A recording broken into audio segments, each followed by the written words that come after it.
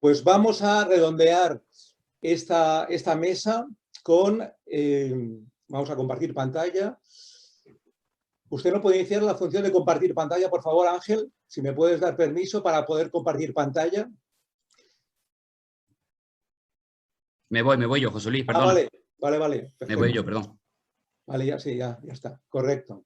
Bien, pues vamos a acabar brevemente esta mesa con esta parte que llamamos más micro. Después del macro, el meso, vamos micro. Lo he titulado bien, de alguna manera, esta parte, no tanto como doctor en psicología y profesor de la escuela, sino como actiente. ¿Y qué es esto de actiente? Bueno, pues actiente es un concepto que ya llevamos algún tiempo poniendo sobre el tapete de la salud pública en este país y en la escuela y en otros ámbitos, que es la contracción que me gusta mucho de acción y paciente, ¿no? Entonces, es un término que quiero que se vaya popularizando porque implica un paciente activo, empoderado y comprometido. Es lo que me gustaría considerarme cuando hablamos del tema de depresión y suicidio.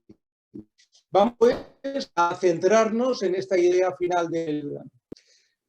del evento y confesando un par de cosas. Primero, una decisión ética.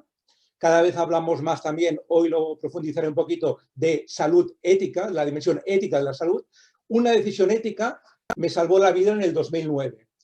Decidí posponer el suicidio que quería cometer para no provocar sufrimiento a mis padres. Pensé que aunque yo había empezado ya una carta para que no se culpabilizasen, diciéndoles que me sentía siempre con mucha libertad, muy querido, muy amado y simplemente estaba agotado y con un dolor físico y emocional que en aquel momento vivía como insalvable, pues pensé que finalmente, por mucho que yo argumentase, no lo iban a entender. Con lo cual decidí ver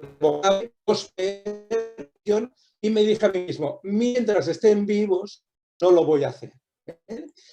Ya una vez decidí vivir, tomé una segunda decisión ética, que en este caso me sanó la vida, ¿no? Ya que voy a vivir, he decidido vivir, voy a cuidarme más para saborear esa vida, incluyendo, por supuesto, los dolores correspondientes, ¿no? Decidí eso y de eso tomé también algunas, no solamente decisiones, sino como se comentaba también a lo largo de la mañana, que me ha gustado mucho, el hecho de, en los vídeos iniciales, ¿no? Lo de pasar a la acción, ¿no? Estoy a veces un poquito cansado, ¿no? De que tengamos que repetir eso que dijo Epicteto hace unos cuantos siglos, de lo más relevante no es lo que pasa, sino cómo interpreto yo lo que pasa, ¿no? ¿Y por qué tenemos que repetirlo siglos después? Porque no hemos pasado la acción y la parte práctica de la asignatura aún no hemos probado. Por eso siempre que pongo yo decido, tengo que poner también, necesariamente necesito éticamente ponerlo, yo decido y yo hago, ¿no? Por tanto, yo decidí cómo gestionar mi dolor. Y lo primero que hice fue cambiar eso de mí, que me sumaba, ¿no? Me sumaba mucho dolor y mucho aumento y mucha focalización y mucho protagonismo del dolor, lo cambié por cómo gestionar el dolor, no el mío, el dolor. Y eso la verdad es que ya me empezó a desangustiar.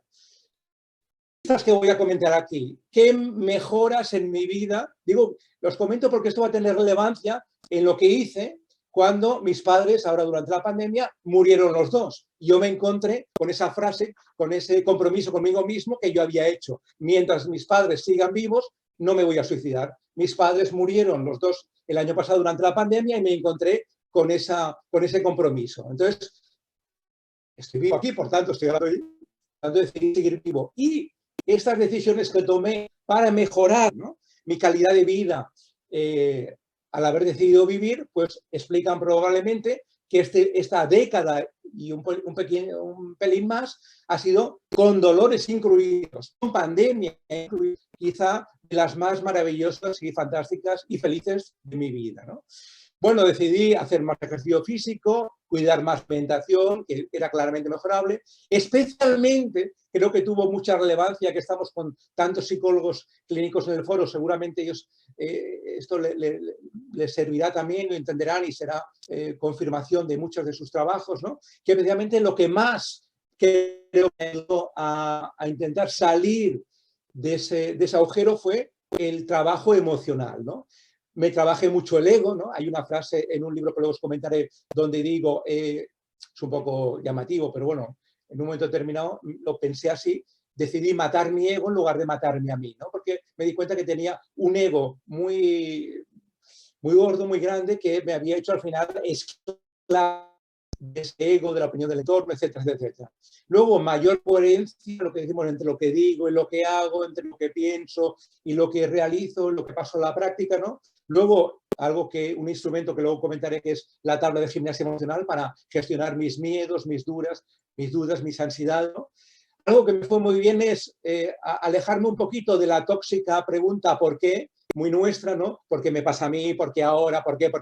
Que me llevó a una depresión constante, y descubrí en mundos orientales, ¿no? Esa pregunta mucho más proactiva, mucho más liberadora y sanadora, que es el para qué, ¿no?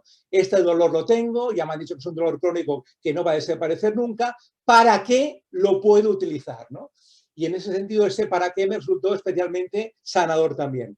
Luego, evidentemente, algo que ya todos conocemos, centrarme más en el presente, ¿no? La verdad es que me fue muy útil centrarme en la pregunta esta que pongo aquí, ¿no? Tenía una fase aguda del dolor, ¿no? La parte, digamos, más insoportable, preguntarme, ¿este dolor que tengo ahora, repito, en fase aguda, es soportable? Hombre, me decía, pues, hombre, soportable, sí, ¿no? Con lo cual, fijaros, eso me ayudaba realmente a decir, bueno, pues ya pasará, ¿no? Jugar también con el cerebro, con aquello de acudir al pasado, no para nostálgicamente, sino como un andamio para crecer, no centrarme en lo que no tenía, sino que sí había vivido, amado, etcétera, etcétera, ¿no? Y por tanto, centrarme mucho más en lo que sí, ¿no? Lo que sí tenía, capacidades que no mantenía, cosas que me seguían gustando, etcétera, etcétera, etcétera, ¿no? Y mucho menos en el no que también me llevaba a la toxicidad y a la depresión, ¿no? Luego también en la dimensión social, me gustó trabajarla y me fue muy sanadora, ¿no? Más humildad, más honestidad, esos 6 verbos que trabajamos en la comunicación, preguntar, escuchar, empatizar, asumir, reforzar, retroalimentar, aplicarlos más también en todos los ámbitos de mi vida. Luego lo espiritual, ¿no? Había una persona, Chelo Lillo, que en el chat hablaba algo de la espiritualidad. La espiritualidad fue fundamental, ¿no? Ese encontrar sentido a mi vida, ¿no? Propósito vital, un propósito que fue sostenible, no flor de un día, ¿no? Y en ese sentido yo lo encontré, pues revisando a Víctor Frankl y otros autores, ¿no? Releyendo a los clásicos que hablan de este tema, ¿no? Que el dar y darme, ¿no?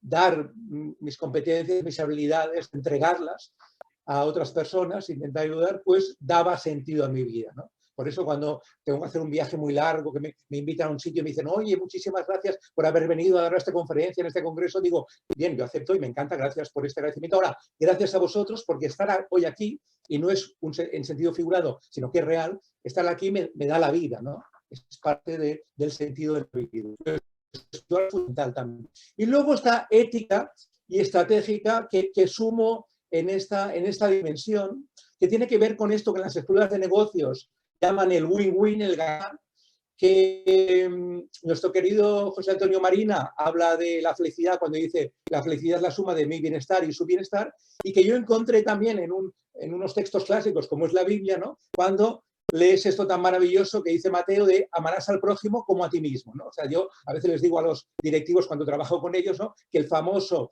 win-win de las escuelas de negocios ya está publicado hace muchos años. Cuando se esté amar al prójimo como uno mismo. Ahora, me vais a permitir que humildemente, desde la humildad, añada un redondeo a esta frase de Mateo, ¿no? Que es que, y además lo amarás y te amarás mucho, porque como eso, la intensidad, la cantidad no se cita allí, me gusta que quede claro. No sea que haya algún listillo que diga, listillo, entre comillas, y evidentemente, perdiendo, ¿no? Porque alguna persona que diga, no, yo amo al prójimo 0,0001 y a mí igual de a poco. Por supuesto que este no es el espíritu de la frase de Mateo, pero como no queremos suponer, pues vamos a decirlo. Y lo amarás y te amarás mucho, ¿no? Me ha encantado que ya también Miguel sacase a colación el tema, ¿no? Y yo incido, amor práctico, por favor, que estamos ya hartos de bla, bla, bla, bla, bla, bla, y con esto de la pandemia, el exceso de bla, bla, bla ya es alarmante. amor práctico, que pasa a la acción, por supuesto ética práctica, que pasa a la acción y que se convierte en hechos, en actuaciones, en conductas éticas, ¿no? Porque ya sabemos que de buenas intenciones está el infierno lleno y, como dice también Marina, las buenas intenciones, los buenos sentimientos, si no pasan a la acción, dejan de ser buenos. Bien por Marina. Ser paciente es, yo diría, inevitable, ¿eh? Me vais a permitir, y aquí os regalo una de las cosas que más contento estoy de regalaros, que es la reconceptualización que hemos hecho con Alex Haddad del concepto de salud, ¿no? La salud es un estado que se tiene o no se tiene. Es una habilidad, por tanto, que se puede aprender, mejorar y entrenar para adaptarse y manejar, tanto a nivel individual como colectivo, lo estamos viendo clarísimamente con la pandemia, adaptarse y manejar desafíos de qué tipo: físicos, emocionales, sociales, espirituales y éticos, ¿eh? Y éticos. Por lo tanto, en esa línea es fundamental también trabajar este concepto de paciente activo, porque eso no es algo inevitable, sino que el tener ese rol, ejercer el rol, practicar lo de paciente activo es una opción ética, ¿eh? No viene dado como lo otro. En ese sentido, un paciente activo es un paciente que tiene poder, es famoso empoderamiento, y que además tiene compromiso, ¿no? Yo recuerdo que alguna vez a mi hijo le preguntaba, en los momentos aquellos, ¿no? Cuando te haces, comentas intimidades, ¿no? De que estás en el momento de situación de riesgo, sobre todo por las noches, ¿no? Aquello de la noche me confunde. Y le preguntaba, ¿cómo que es que decidiste optar por A en lugar de B? Dígase A, más saludable frente a mayor riesgo. Y él me decía, porque sabía que confiabais en mí, que tanto mi madre como tú confiabais en mí, ¿no? Ese confiar en mí me comprometía. Bueno, esto que estamos hablando, ¿no? De la suma de poder y compromiso, van muy ligados, ¿no? A mí me encanta oír esto del salud 4.0, ¿no? Yo soy un paciente que, bueno, dentro menos a la última, en temas relativamente novedosos de inteligencia artificial y todo esto, ¿no? Las apps y todo esto. Ahora, también me gustaría recordar como paciente activo lo que decía el gran Albert Jouvet, que fue uno de los iniciadores de este papel activo de los pacientes en su universidad, los pacientes y demás, ¿no? En ese famoso artículo que marcó un antes y un después en la salud pública, que publicó en Medicina Clínica, que se llamaba Medicina basada en la afectividad. Por favor, no os lo perdáis.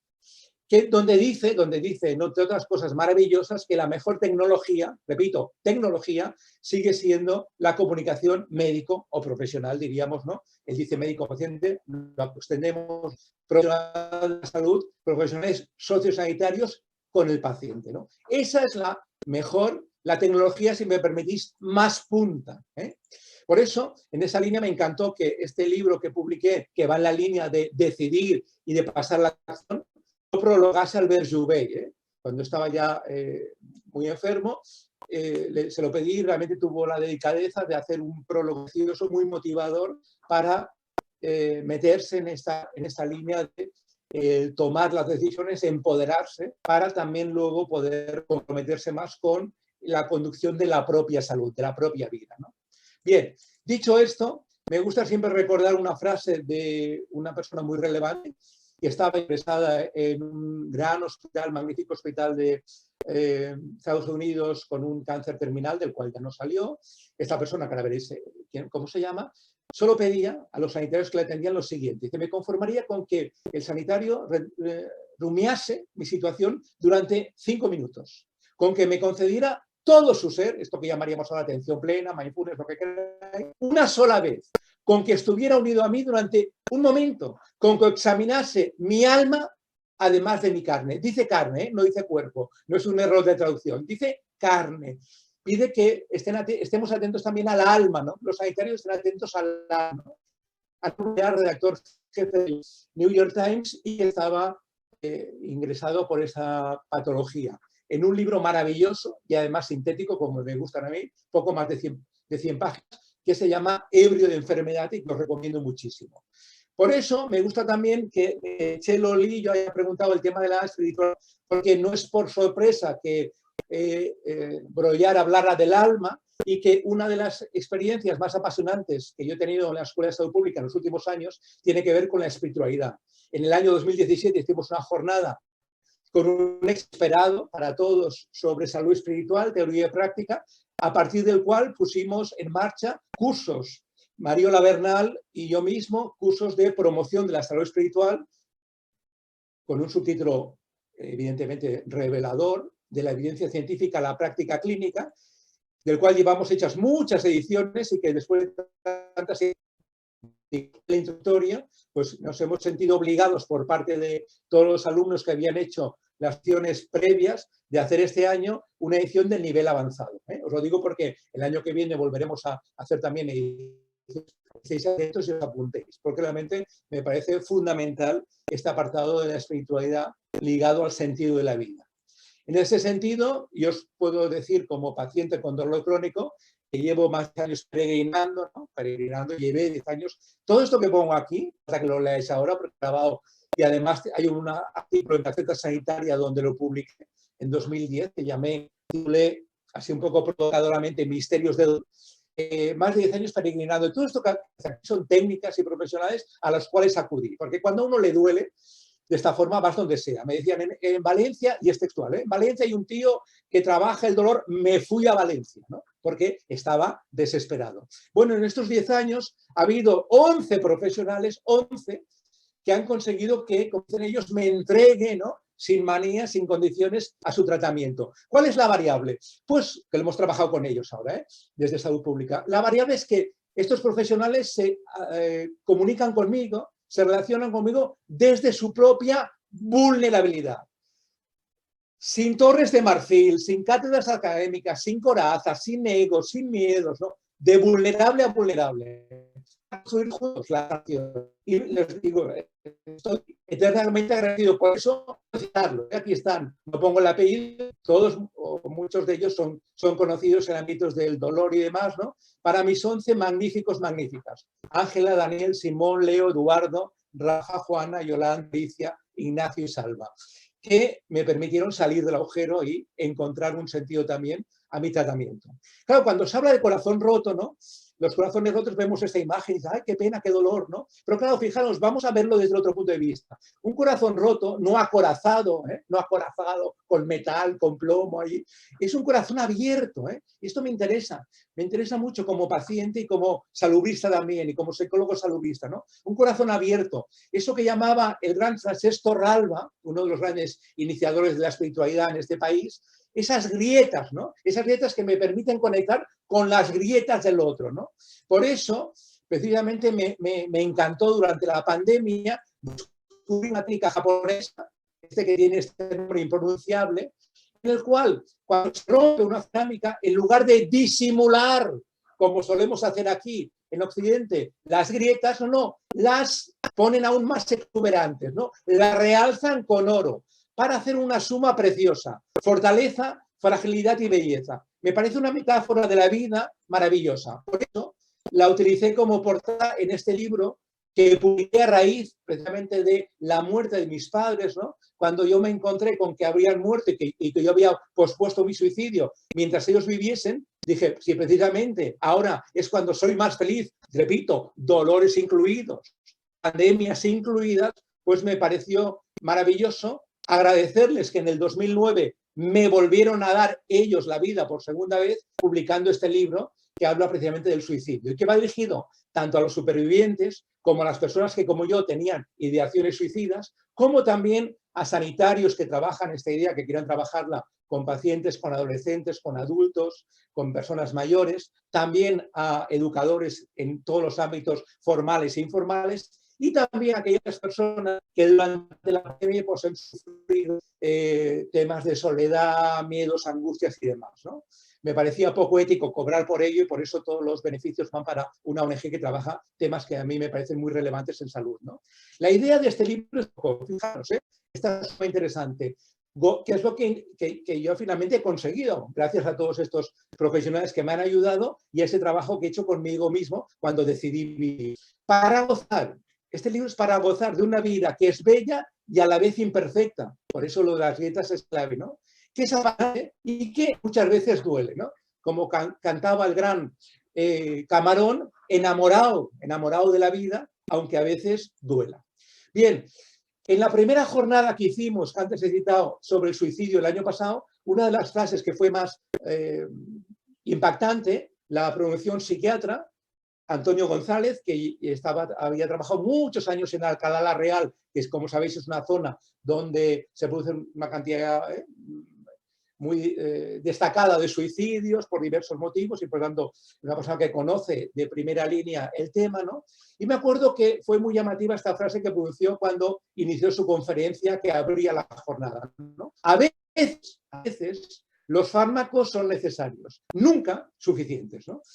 Por eso, en esta segunda jornada que vamos a organizar ahora, este año, el 12 de noviembre, una de las ventajas del modelo virtual es que no tenemos límite de asistencia, tenemos ya más de 2.000 personas inscritas, por tanto, lo presento hoy porque os podáis inscribir, no tenemos límite, y en esta jornada vamos a trabajar, fijaros el título, no está sola, liga mucho con todo lo que se ha comentado esta mañana aquí, tanto con los vídeos como las ponencias, y os esperamos porque vamos a trabajar en esta línea que estamos viendo también en esta jornada de hoy, ¿no?